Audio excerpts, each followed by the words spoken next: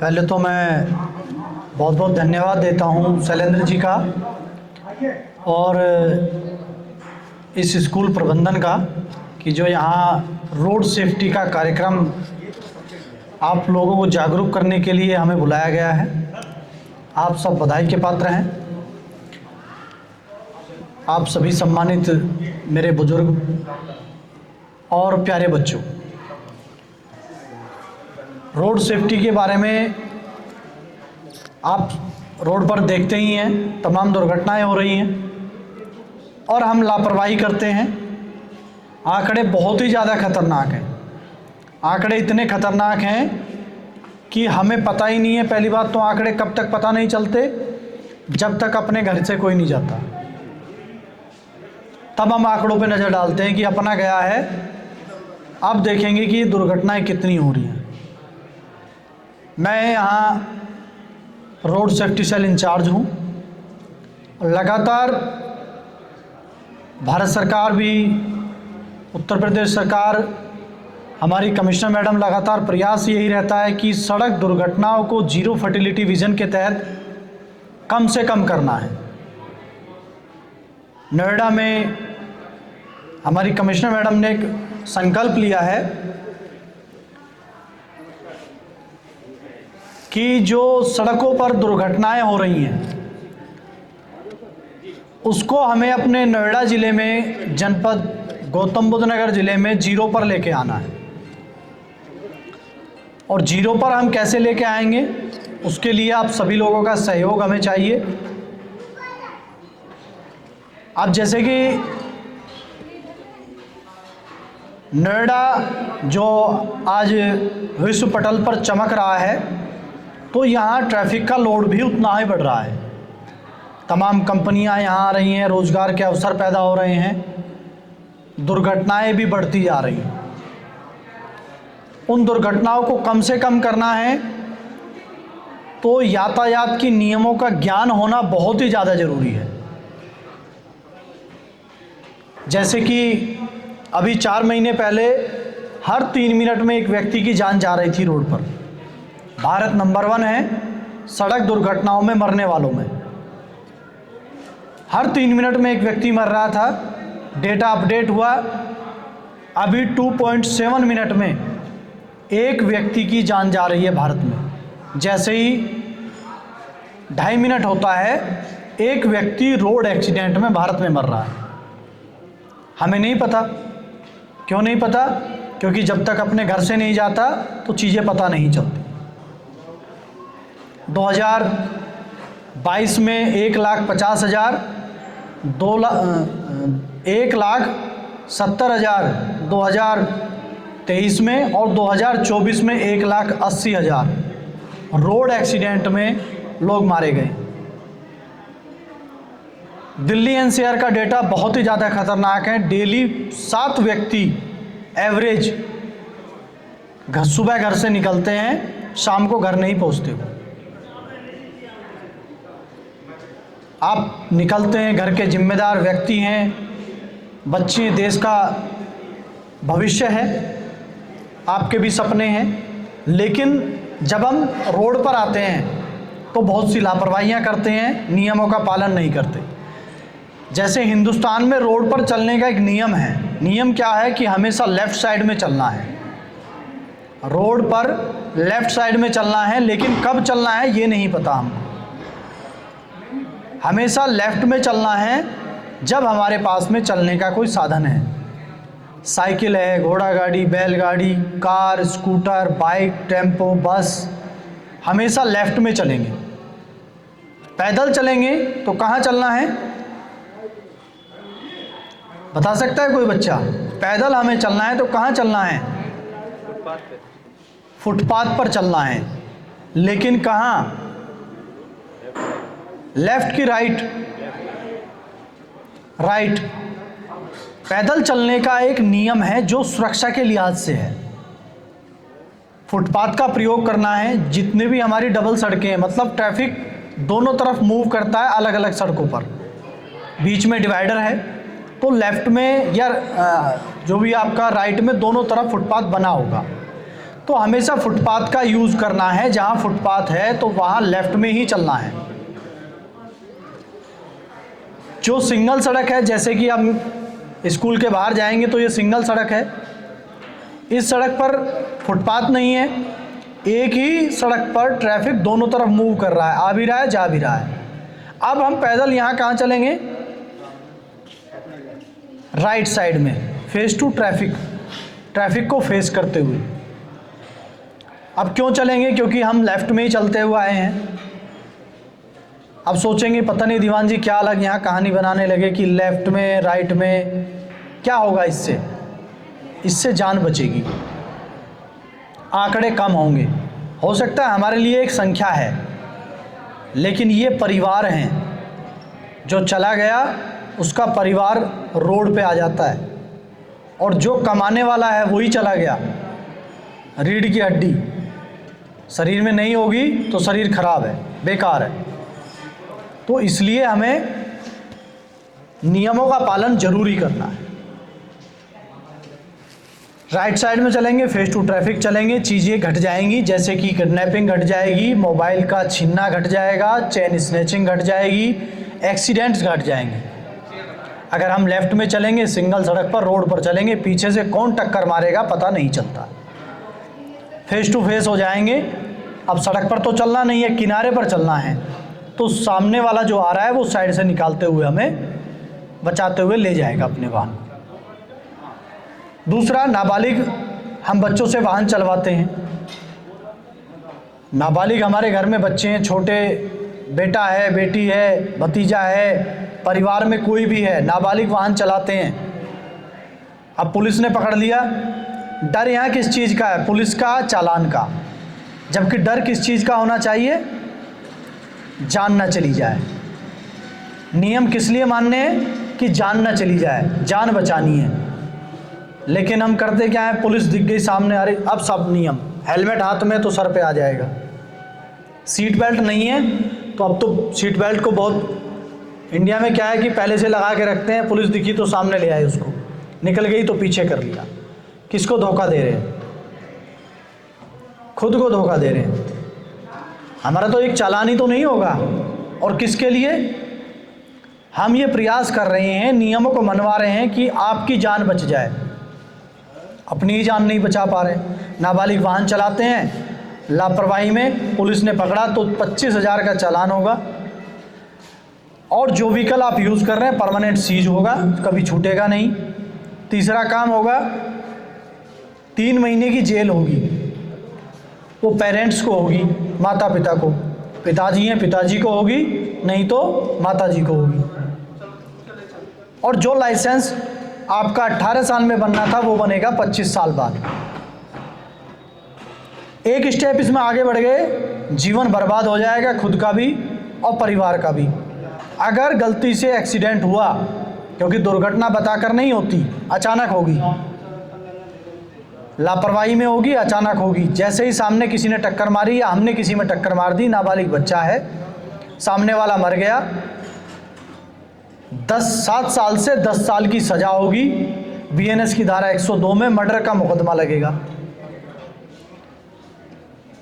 अब बच्चा जो नाबालिग है, कहीं ना कहीं पढ़ाई कर रहा है स्कूल में, उसके सपने हैं, आपके सपने हैं कि हमारा बच्चा कहीं जा रहा है, अब स्कूल जाएगा, किसी कंपनी में बड़ी में अधिकारी बनेगा, गवर्नमेंट या IPS IAS बनेगा, या परिवार का नाम रोशन करेगा। जो सपने हैं वो सब खत्म हो जाएंगे, उस बच्चे के भी और परिवार के भी। सज़ा हो गई 10 साल की, जिसका मरा है वो क्लेम भी करता है, इंश्योरेंस क्लेम करेगा। माननीय वकील साहब 1 करोड़ से नीचे का एक्सीडेंटल केस में मुकदमा दायर नहीं करते। सामने वाली पार्टी जो होती है, अब पार्टी मान लो या कुछ भी मान लो, जिसका मरा है 1 करोड़ से नीचे का मुकदमा नहीं डालते हैं। कोई परिचित, कोई वकील साहब होंगे या किसी का ऐसा होगा, वो जानते हैं। तो 1 करोड़ से नीचे का मुकदमा नहीं होगा। इंश्योरेंस कंपनी क्लेम देने से मना कर देगी कि बच्चा नाबालिग था। उसमें से कंडीशन तय होंगी कि वो मरने वाला है, उसकी उम्र क्या थी, कितना कमाता था, परिवार उसी पर डिपेंड था नहीं था, बच्चे उसके कितने उसी पर डिपेंड है, छोटे हैं बड़े हैं, और 40-50 लाख रुपए भी तय हो गया, वो पैसा भी देना है। वो पैसा भी आपको ही देना है और गाड़ी का ओनर उस पैसे को देगा। पैसा भी गया, बच्चा भी गया। तो इसलिए नाबालिग बच्चों से कभी भी वाहन ना चलवाएं। पता नहीं कब दुर्घटना कहाँ कैसे हो जाए। तमाम दुर्घटनाएं आए दिन हम सुनते हैं। अभी कुछ महीनों पहले की घटना है, एक बच्चा घर से नई बाइक घर वालों ने खरीद दी, स्प्लेंडर बाइक थी, नई लेके और 3 और दोस्तों को बिठा के बिना हेलमेट पुश्ता पे चला गया। सामने से वैगनार गाड़ी आई, टक्कर मार दिया, चारों बच्चे ऑन द स्पॉट ख़त्म हो गए। अब बच्चे हर किसी के पास नहीं होते हैं। जिनके पास बच्चे नहीं हैं, जिनके नहीं है औलाद, उनसे वो दर्द जानो। और अब तो सिंगल फैमिली का ज़माना आ गया है, परिवार में एक ही बच्चा है, वही चला जाए उस एक्सीडेंट में तो पूरे ज़िंदगी आपकी बर्बाद हो जाएगी, उसी के दुख में व्यतीत होगी।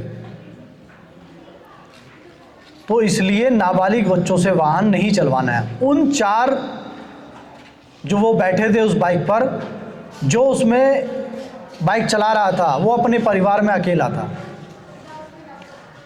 अब रिश्तेदार, परिवार, चाचा ताऊ 10 दिन रोएंगे, 20 दिन रोएंगे, वो परिवार पूरी ज़िंदगी रोएगा उसके लिए जिसका वो बच्चा है। तो इसलिए नाबालिग बच्चों से वाहन नहीं चलवाना है। पता नहीं दुर्घटना में अपनी जान चली जाए या दूसरे की ले ले।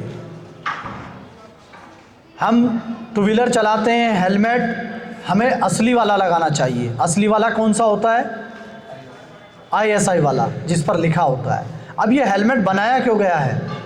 क्या ज़रूरत थी? बाकी कोई बॉडी पार्ट्स के लिए नहीं बनाया गया कुछ, हेलमेट ही क्यों बनाया गया? क्या बचाना है इससे ऐसा? हेलमेट हम कहाँ पहनते हैं? हाथों में, है ना? पहनते हैं ना हाथों में हेलमेट। हाँ, हाथों में पहन के चलते हैं। पुलिस मिलेगी तो फिर निकालेंगे, तुरंत सम्मान करेंगे और सर पे डाल लेंगे।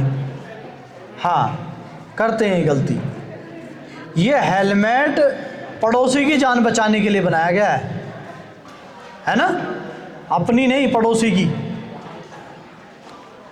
ये अपनी जान बचाएगा। अब ISI वाला क्यों बनाया गया? क्या बचाना है इससे? सिर बचाना है। और सिर में ऐसा क्या है कि जो बहुत सेंसिटिव है? दिमाग, ब्रेन। अगर वो डैमेज हुआ, इस दुनिया में कोई डॉक्टर पैदा नहीं हुआ जो दूसरा दिमाग लगा दे या उसको ठीक कर दे। दिमाग का इलाज नहीं है कहीं भी, किसी भी डॉक्टर के पास। इसलिए उस ब्रेन को बचाना है, इसलिए हेलमेट ISI वाला लगाना है, असली वाला लगाना है, वही हमारी जान बचाएगा। अब हेलमेट से बाकी हमारे आउटर बॉडी पार्ट्स हैं वो बचते हैं, जो शरीर के बाह्य अंग हैं वो बचते हैं। हेलमेट की स्पेलिंग है HELMET। H से बनेगा हेड, E से आइज, L से लिप्स, M से माउथ, E से ईयर्स और T से टीथ। तो ये अपना आप में हमारे बाह्य जो अंग हैं उनसे जो उनकी सुरक्षा है, उसी की स्पेलिंग से ये सब हेलमेट का आविष्कार हुआ है। तो हेलमेट पहनना है। गलती हम क्या करते हैं? हेलमेट पहन लेते हैं और चल देते हैं। हमें वो जो लॉक है, जो उसका ताला, वो ज़रूर लगाना है। अगर ताला नहीं लगाया तो माला चढ़ जाएगी। वो ताला ज़रूर लगाना है।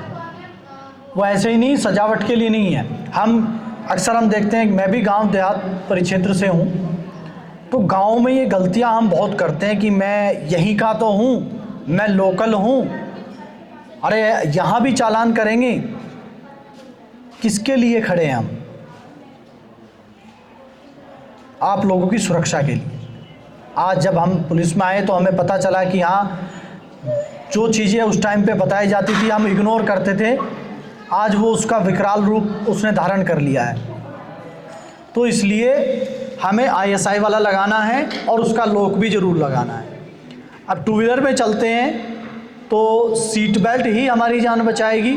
कितनी भी लग्जरी गाड़ी हो, कितनी भी सस्ती गाड़ी हो, जान बचाएगी सीट बेल्ट। टाटा कंपनी का नाम सुना है आपने?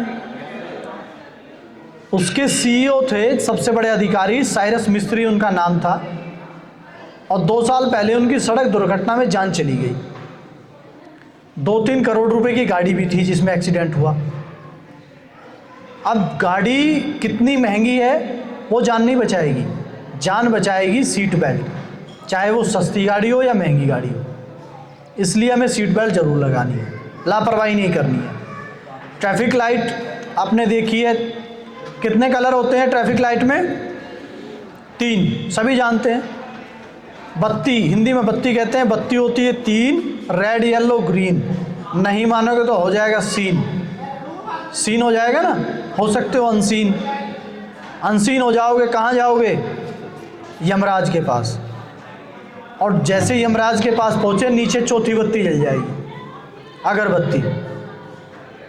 अगर 3 बत्ती को नहीं माना तो अगरबत्ती जल जाएगी। अब अगरबत्ती जलवानी है या 3 बत्ती को फॉलो करना है, वो आप स्वयं तय कर लें। सबसे डेंजर बत्ती कौन सी होती है इसमें, सबसे खतरनाक? कौन बताएगा? पीले वाली।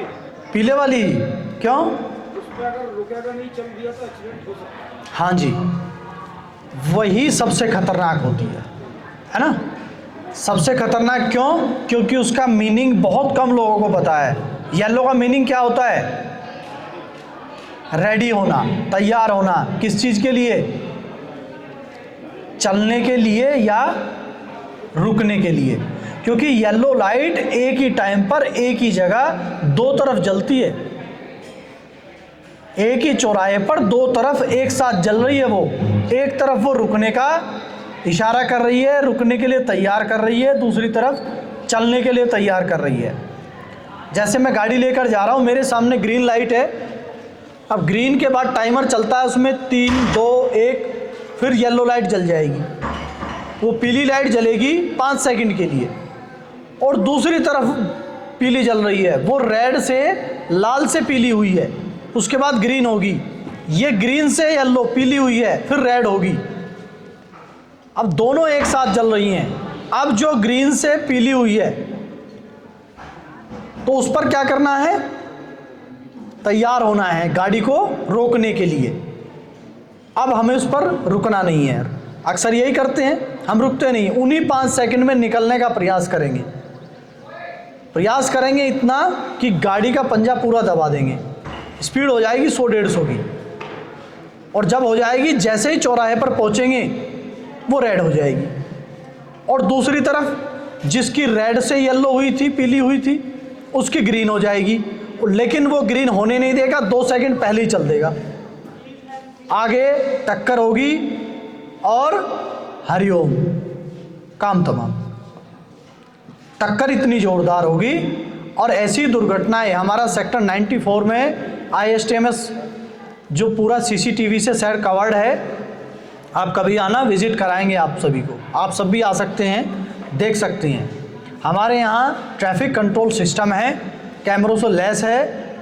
किस तरीके से ट्रैफिक कंट्रोल किया जाता है वो सब दिखाया जा रहा है। बहुत से हमने चोरों को, लुटेरों को, गाड़ी चोरी करने वालों को, चैन स्नैचिंग वालों को, बहुत से लोगों के सामान किसी गाड़ी में छूट गए, ऑटो में छूट गए, बस में छूट गए, उनके नंबर से उसको निकाल के, उनका नंबर निकाल के बहुत सामान वापस कराए हैं, और बहुत से चोरों को और बदमाशों को पकड़ा है। एक इसमें एक हमारा सेफ्टी फीचर्स और भी है कि दिल्ली की 180 लोकेशन, सॉरी नोएडा की 180 लोकेशन पर हमारे PTZ कैमरे, मतलब जो 360 कैमरे घूमते हैं, PTZ कैमरे बोलते हैं उनको, उनके नीचे वो जो खंबा है, उनके नीचे उस पोल पर एक पैनिक बटन है। आप उस बटन को दबाएंगे, आपको कोई भी हेल्प चाहिए, कोई भी हेल्प, बटन दबाइए, डायरेक्ट बात करिए हमारे कंट्रोल रूम से। आपको कोई भी मदद चाहिए, आपका बैग छूट गया है, आपका कोई भी आपको परेशान कर रहा है, आपकी गाड़ी चोरी हो गई है, आपका कोई भी, मतलब एनीबडी, आपको कोई भी प्रॉब्लम है, आपको हेल्थ इशू है, अचानक से कोई दिक्कत हो रही है, कोई नहीं दिखाई दे रहा, पैनिक बटन दबाओ, तुरंत मदद पहुंचेगी आपको, तुरंत आपकी डायरेक्ट बात होगी कंट्रोल रूम से। तो ये सारी सुविधाएं हैं। तो हमें ट्रैफिक लाइट पर सावधानी से चलना है, नियमों को मानना है। इसलिए मानना है कि जान बचानी है, इसलिए नहीं कि पुलिस से या चालान से डरना है। एक सबसे बड़ा मैं कहना चाहूँगा कि ये जो लोक अदालत चली है, हर चीज़ के प्लस माइनस होते हैं, मेरे हिसाब से गलत चली है। क्योंकि जो हम चालान का अमाउंट बढ़ा के भी सरकार ने जो ये किया कि चलो कुछ डर इनको चालान का ही हो जाए तो नियम मान लें, जान बचा लें, लेकिन अब जब चालान वो दिख रहा है कि 1000 का मेरा 100, 200, 300 में ख़त्म हो रहा है, तो वो डर नहीं रहा। डर इसलिए बनाया गया था कि नियम मान ले, बस जान बच जाए, लेकिन उसका भी असर नहीं हो रहा है। तो मेरी आप लोगों से ये अपील है, ये गुजारिश है कि आप यातायात के नियमों का पालन करें, इसलिए नहीं कि बाकी चीज़ों से, लेकिन अपनी जान बचाने के डर से आपको पालन करना है। हमारे इमरजेंसी नंबर हैं, इमरजेंसी नंबर तो पता ही है सभी को, 112 इमरजेंसी नंबर पता है ना बच्चों, पता है ना? 112 3 सर्विसेज पर मिलती हैं, पुलिस, एम्बुलेंस और फायर ब्रिगेड। एक ही नंबर पर जिसकी आवश्यकता है वो मिल जाएगी, ठीक है। इसमें हमारा नोएडा ज़िला सबसे टॉप पर है रिस्पांस टाइम में, 7 मिनट का रिस्पांस टाइम है, लगातार 2 साल से अव्वल आ रहे हैं, ठीक है। तो ज़्यादा ना कहते हुए, समय की बाध्यता को समझते हुए मैं अपनी वाणी को यहीं विराम देता हूँ। जय हिंद, जय भारत।